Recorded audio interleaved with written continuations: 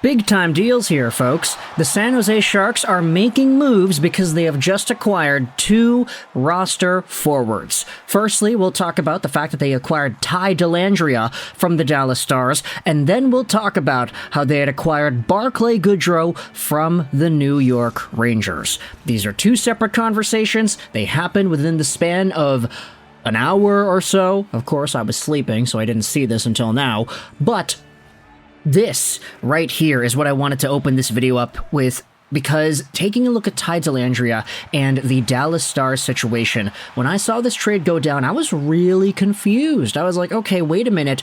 The Sharks are getting Ty Dellandrea for a 4th-round pick? That's it?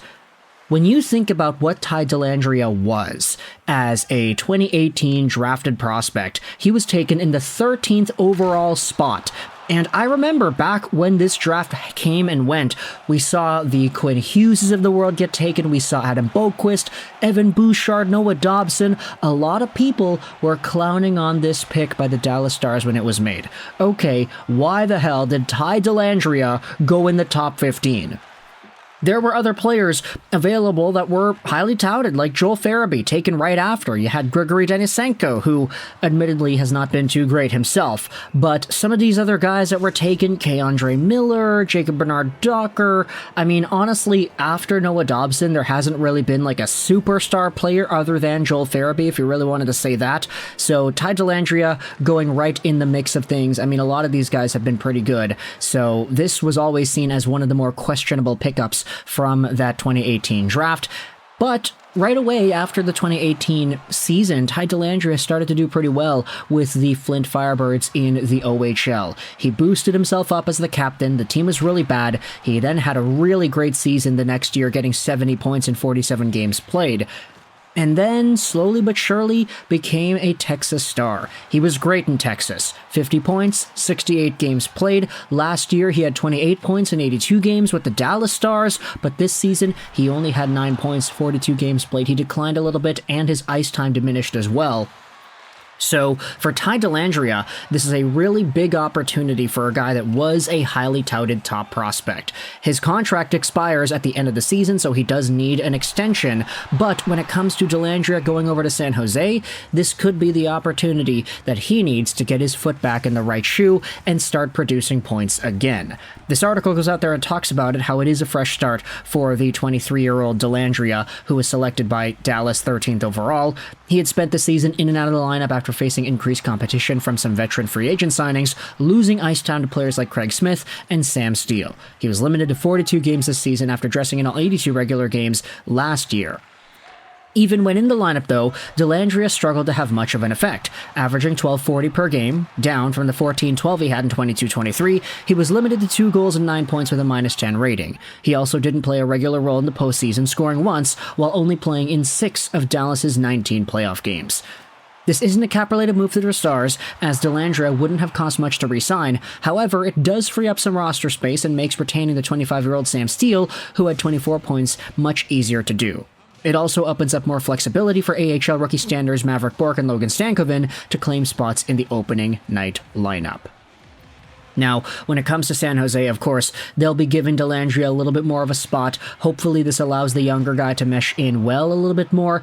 I mean, there are some other younger players in San Jose. Zetterlund is one that comes to mind. He was awesome this previous season. William Eklund, we'll see what Macklin Celebrini can do. Honestly, with this lineup of guys, Goodrow, Dellandrea, Celebrini, those aren't nobody ads. And I do like what the potential fits here could be for the San Jose Sharks in that Bay Area. But of course, as we had indicated, Barclay Goodrow was also acquired by this same San Jose Sharks team. Let's go out there and read this article. The Sharks have claimed Barclay Goodrow from the New York Rangers. This was not really too surprising. I mean, Barclay Goodrow placed on waivers yesterday, $3.6 million a year till the end of 2027. That is a lot of money for a guy who is 31 years old and who had only scored 12 points in this most recent season. He had declined pretty heavily, honestly. Back-to-back 30-point campaigns with the Rangers. His dollar amount was not the worst thing in the world if he's getting this amount of points, but Once he declines, once he becomes ineffective, that's when you start to pull the plug. And I mean, he had 8 points in 16 games in the playoffs, 6 goals, but as we have been talking about this entire time, a lot of Rangers did not show off all too well, especially in the second half of that playoff run. Barclay Goodrow had 2 goals in a game against the Florida Panthers in that 5-4 win, so he was kind of pulling his weight for a moment, but unfortunately, it was not enough, and with the cap hit, you had the Rangers put him on waivers yesterday. For the San Jose Sharks, they're literally getting themselves a guy that they have experience with. He had a whole bunch of points with them in the past few years, and the best part is, when he was a productive player, when he helped the San Jose Sharks go far in the playoffs multiple years in a row, this is when they traded him for a pretty solid package from the Tampa Bay Lightning. I think it was 2 first-round picks. Is that what it was? San Jose to Tampa Bay? Oh, I like the sound of that. Tampa Bay, San Jose. Both send their 2020 first-round pick and Anthony Grieco to San Jose. Okay, there you go. So a first and a third. I think there was another trade in there that was also pretty big, but still, lots of stuff going out here for Barclay Goodrow. If he's going over to San Jose once more, this veteran forward will get himself some higher ice time. He'll probably get a lot more points, and best case scenario, if he gets like 30, 35, maybe even 40 points in a season next year, heck, maybe even 45. If he's on San Jose and he gets all the ice time, I wouldn't doubt it, honestly. If he gets like 45 points next season, then he could get traded at 50% salary retained to some other team at the trade deadline. This could be a really good acquisition to flip, a good investment here, especially when you consider that the San Jose Sharks are going to have pretty much everybody rotating around the top of the lineup, considering the status of the talent on that team. Let's go out there and read the article posted here on ProHockeyRumors.com. Goodrow officially returns to where his NHL career began as an undrafted free agent signing back in 2014. He developed into a solid checking center winger over the course of the next 6 years in the Bay Area, eventually landing with the Lightning via trade in 2020 and playing an important third-line role in their back-to-back Stanley Cup championships. Oh yeah, that's right, he is a 2-time Stanley Cup champion, and that certainly should not be discounted over there. He played on both the Cup-winning teams. Ay, what a great pickup. The Toronto native parlayed into a 6-year, $21 million deal with the Rangers in 2021, one that hasn't really aged particularly well.